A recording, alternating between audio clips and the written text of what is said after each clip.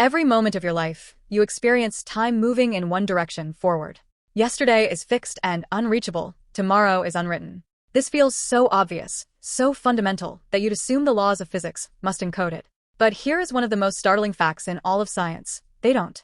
The foundational equations governing our universe, Newton's laws of motion, Einstein's general relativity, Maxwell's equations of electromagnetism, and the Schrödinger equation of quantum mechanics, are completely time-symmetric. Replace the variable t with minus t in any of them, and they still work perfectly. Mathematically, the universe has no preferred direction for time. So, why does every living creature on this planet experience one? That question has haunted physicists for over a century, and the answer connects the smallest particles to the birth of the cosmos itself. The simplest demonstration of time symmetry is the billiard ball experiment. Film two balls colliding on a frictionless surface, then play the footage backward. Both the forward and backward versions obey Newton's laws of motion perfectly. There is no measurement, no physical test, no equation you can apply that will tell you which direction is correct. Both are equally valid solutions to the same physics. This isn't just a curiosity limited to simple mechanics. It extends into the quantum realm. The Schrödinger equation, which governs how quantum wave functions evolve, is fully reversible. Quantum electrodynamics, the most precisely verified theory in the history of science, is also time-symmetric at its core, with one extremely rare and minor exception involving certain particle decay processes, a nuance we'll come back to. But for almost everything in nature, physics sees no arrow of time whatsoever. To understand why we experience time's arrow, we need to understand entropy.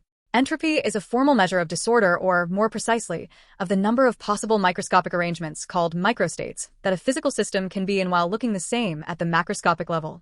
A room with books neatly organized on shelves has very few equivalent arrangements, low entropy. The same room after an earthquake has an enormous number of equivalent disordered arrangements, high entropy. The second law of thermodynamics, one of the most robustly tested laws in all of science, states that in an isolated system, entropy never decreases. It always stays the same or increases. Over time, systems evolve from less probable, more ordered states toward more probable, more disordered ones. This isn't a soft guideline. It is a statistical inevitability rooted in the sheer combinatorial mathematics of large numbers of particles. The broken egg is the perfect illustration of thermodynamic irreversibility. When an egg falls and shatters, its shell fragments, yolk, and albumin scatter across a vast configuration space of molecular positions and velocities. There is technically one set of precise initial conditions, one exact microscopic arrangement of molecules, in which all those fragments would spontaneously reconverge and reconstruct the egg. Newtonian mechanics does not forbid it. But the number of disordered states vastly outnumbers the ordered ones by factors that beggar description. Think 10 to the power of billions. The probability of spontaneous reassembly is so small that it would not happen once in the entire age of the observable universe multiplied by itself billions of times over. Irreversibility, then, is not a fundamental law of physics in the usual sense. It is a law of statistics and probability, enforced by the sheer scale of the numbers involved. Here is where the story deepens into cosmology. If entropy always increases, and we observe it increasing right now, then the universe must have begun in a state of extraordinarily low entropy. And indeed it did. The Big Bang produced a universe that was, by any measure of the concept, in a state of remarkable order and uniformity.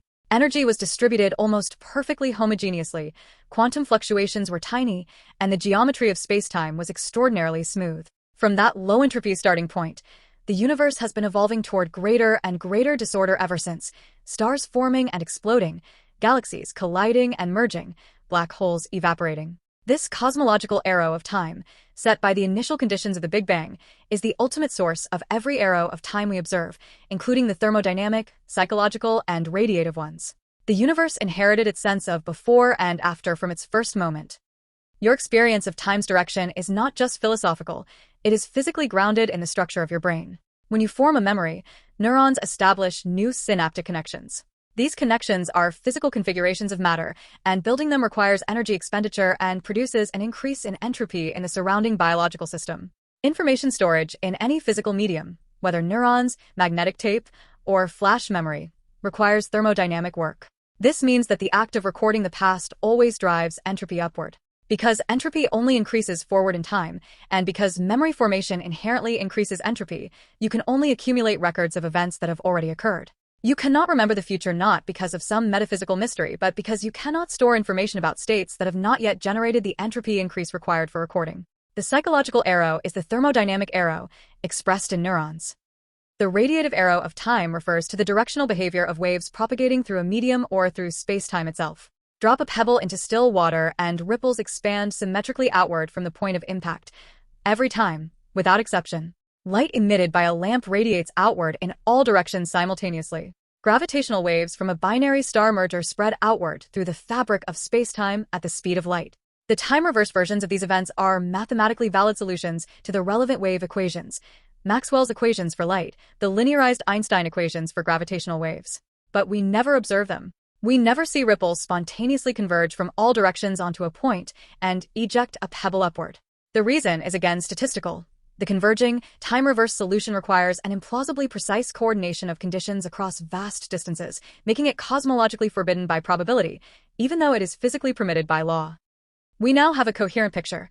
The thermodynamic arrow drives all other arrows, and the thermodynamic arrow itself traces back to the extraordinarily low-entropy initial state of the Big Bang. But the deepest question remains unanswered. Why did the universe begin in such a low-entropy state? Nothing in our current laws of physics demands it. It appears to be a boundary condition, an initial given, rather than a derived consequence. Some physicists, like Roger Penrose, propose that a complete quantum theory of gravity, one we do not yet possess, will eventually explain why the Big Bang had to be smooth and ordered. Others suggest that in a multiverse of many universes, low-entropy beginnings occur by chance, and we live in one because that is the only kind where observers can exist. The arrow of time, ultimately, is physics pointing directly at its own deepest frontier.